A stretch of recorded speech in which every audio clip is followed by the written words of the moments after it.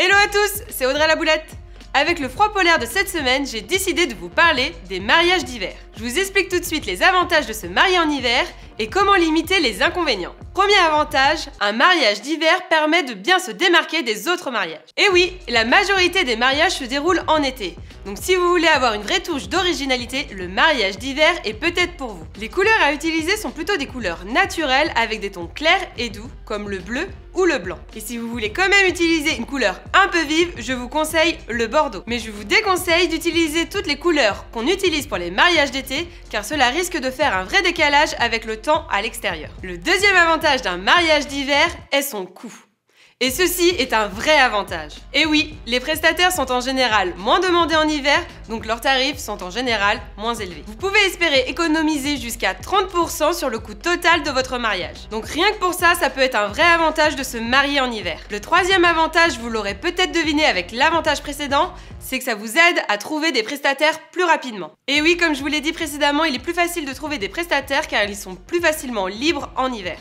Il y a moins de mariages, donc moins de demandes, donc plus de prestataires. Du coup, les mariages d'hiver sont une bonne solution pour ceux qui veulent se marier très rapidement. Et cela, sans concession sur les prestataires. Petit rappel, pour notre mariage, on avait dû réserver la salle 2 ans à l'avance car on se mariait en été. Faites attention tout de même à la réservation de vos prestataires car certains seront peut-être en vacances en hiver.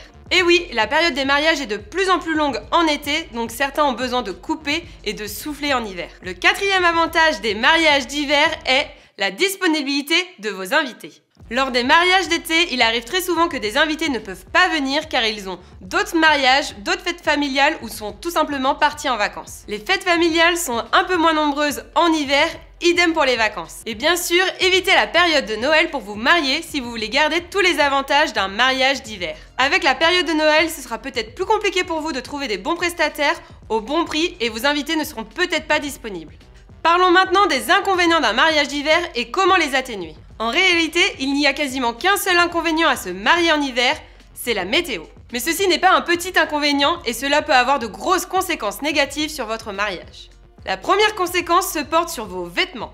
Si vous ne voulez pas être malade avant la fin de la journée de votre mariage, je vous conseille d'être bien couvert. Vous avez plusieurs possibilités pour ne pas prendre froid. Tout d'abord, à l'aide des accessoires. Par exemple, avec un boléro en fourrure, ou des vêtements thermochauffants à mettre sous votre tenue de mariée ou encore une écharpe en cachemire. Privilégiez également des matières chaudes pour vos tenues de mariée. Pour vous messieurs, vous pouvez opter pour des tissus en velours ou en laine plus épaisse pour vos costumes.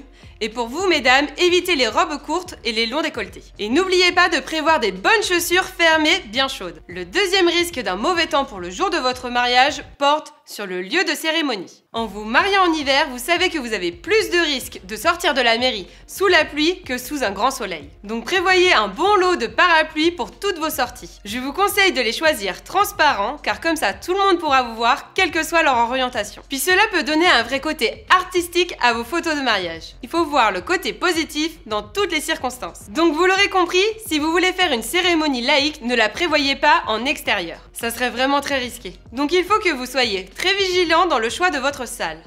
Son espace intérieur doit être très spacieux pour que tous vos invités soient à l'aise. Il faut aussi que l'ambiance intérieure soit très chaleureuse pour réchauffer l'atmosphère qui peut être glaciale à l'extérieur. Donc ne réservez pas une salle si vous la trouvez bucolique en été. Essayez de vous projeter dans le lieu comme si c'était en hiver avant de faire votre choix. La troisième conséquence de la météo hivernale sur votre mariage porte sur le choix du menu. Il faut que le menu d'un mariage d'hiver soit plus copieux que celui d'un mariage d'été. Attention, j'ai dit plus copieux, j'ai pas dit non plus une raclette party. En effet, si vous faites un repas trop copieux, vos invités et vous-même allez vous sentir trop lourd lors de la soirée dansante. Il faut également que vous évitiez les entrées et les plats froids. Optez pour des plats chauds avec des légumes de saison qui sont plus réconfortants en hiver. Et n'hésitez pas à proposer des plats familiaux que vos serveurs déposeront au centre de chaque table. Les invités pourront vraiment partager leurs plats entre eux et partager un vrai moment chaleureux. Et pour le dessert, vous pouvez également proposer une belle fontaine en chocolat avec des chamallows à griller. Et le traditionnel bar à bonbons peut être remplacé par un bar à boissons chaudes. La quatrième conséquence de la météo sur un mariage d'hiver et qu'il faut prendre en compte plein de petits détails. Par exemple, si vous avez des invités fumeurs, il faudra que vous prévoyiez des chauffages extérieurs ou des braseros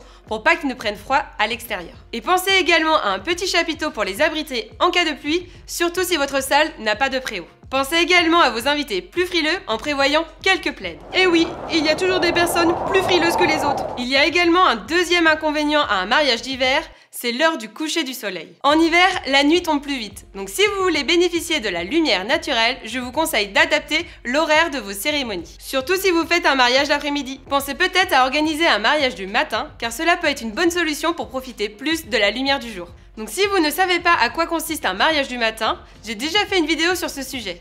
Donc je vous laisse cliquer sur le petit i pour voir la vidéo. Pensez également à prévoir beaucoup de lumière artificielle car la nuit va tomber quoi qu'il arrive. Il faudra que vous achetiez plus de guirlandes lumineuses et de bougies que pour un mariage d'été. J'espère que cette vidéo vous aura peut-être convaincu de vous marier en hiver.